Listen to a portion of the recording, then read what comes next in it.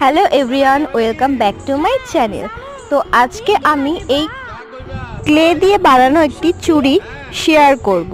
তো এই ভিডিওটি আমি অনেক আগেই ছেড়েছিলাম এই ক্লে দিয়ে বানানো।